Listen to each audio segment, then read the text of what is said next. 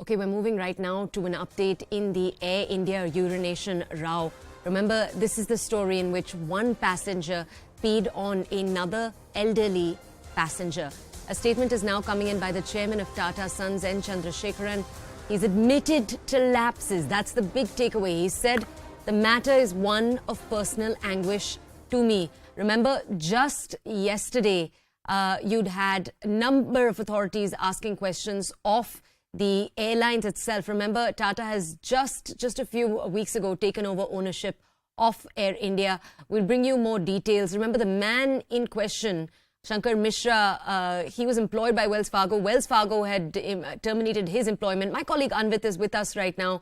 Let's go over to Anvit right now to understand more. Anvit, we know that the passenger who was urinated upon had expressed her displeasure in a letter to the Tata Group chairman N. Chandrasekaran. She'd also in that letter accused the cabin crew of being extremely insensitive to the entire circumstance. Can you tell us now more about what the chairman had to say, please? See, it is very interesting that the statement from the chairman has come at a timing when the Delhi police have already been questioning the crew of the airline as well as the pilots have been called to record their statement, because the incident took place on November 26th, and even though the statement is not dated, but the chairman goes on to say that the incident on Air India flight AI 102 has been a matter of personal anguish to me and my colleagues at Air India. He further writes that Air India's response should have been much swifter. We fell short of addressing the situation the way it should have been. In fact, Mr. N. Chandrasekaran goes on to say that the Tata Group and Air India stands by the safety and well-being of their passengers and crew with full conviction. We will review and repair every process to prevent or address any incident of such unruly nature. Even though he has mentioned that, he will ensure safety and well-being of the passengers, he has also said that response should have much swifter, and goes on to say that this incident, leaves him anguished. But see, the timing of the incident is such that when the staff has already been called for questioning, a criminal case has already been lodged in this regard, and police are now doing a criminal investigation because the sections that have been invoked are of IPC 354, 354A, 5010, 509, and under aircraft rule. So this is a serious case, and he has, however, nowhere mentioned, even though he has said that it should have been handled differently, he doesn't go on to mention that what was the delay and what was the lapses. Earlier, Air India has, however, mentioned that they will conduct an internal inquiry, and DGC has also, directed that a detailed inquiry must be done. But he should have come on record mentioning, or any other, Air India statement should have come explaining why was the delay of more than 1 month. Because the incident took place on January 26th, and the first intimation to Delhi police was only given on December 28th by the airline.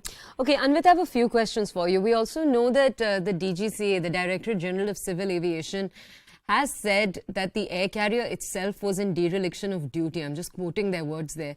If I could ask, if you could, for our audiences, walk us through the incident itself, because I know that the passenger who was urinated upon had questioned the way in which the cabin crew had responded to her. So could you walk us through that aspect? Then we'll also talk about what you were just highlighting, which is how the airline handled it post facto, post the incident itself.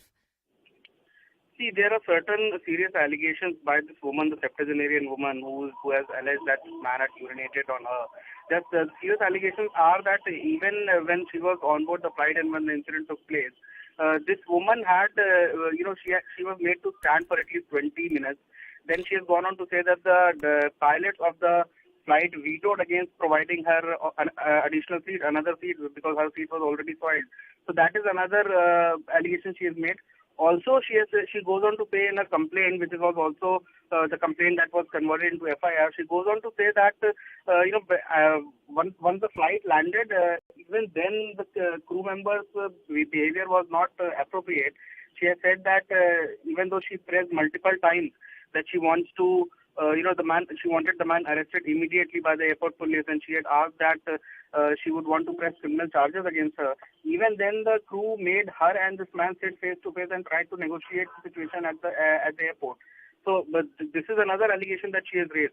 So, this woman has also said that the airline was not in touch with her for a long time. Then, even when she demanded for a wheelchair, it took the airline a lot of time to bring the chair and to facilitate her. So these are the allegations which is pressed, and this completely charts out the callousness of the airline and negligence on their part, because the passenger has gone on to say that she was not appropriately dealt with. The situation was also not controlled in the manner it should have done. Okay. Anvit, I just want to understand from you, is this the first statement we're seeing from Tata? See, this is the first statement from Tata in this case, but airline has earlier issued a statement. They had gone on to issue a detailed statement, and in which they had said that we are internally inquiring the matter. They had also said that DGC has asked them to inquire the matter, and they said that this is a matter that should not have been happened, and they won't they'll make sure that no such incident is repeated. But see, even in that statement, so far whatever statement Air India has given and come out with, they have not explained why that delay was caused. Why, which is the thing that the Delhi police is also now probing. Why more than a month delay was there to bring this entire incident to the police's notice, because this is a criminal act in the eyes of law. Police, when they came across this incident, they have slapped charges which are criminal in nature, like IPC 354 and 509 and 5010. These are all criminal charges, even though they do not attract stringent punishments, but they are certainly criminal because this man has been charged in the IPC. So police's action is that they have called so far 4 crew members' statement have been already recorded, who were then and there at the aircraft and who dealt with the situation in air. Pilots have been called because pilots have vetoed against providing this woman another seat. Police wants to know what was the aircraft rules that that forced the pilots take such a decision, if there were any. So these are the inquiries that are being done in the matter, and police have said that they will also call more and more employees and the ground staff, if required, to understand how was the situation dealt at the moment, and also want to know why was the police not intimated in time. Okay, all right. Anvit, thank you for bringing us those details. We need to move on.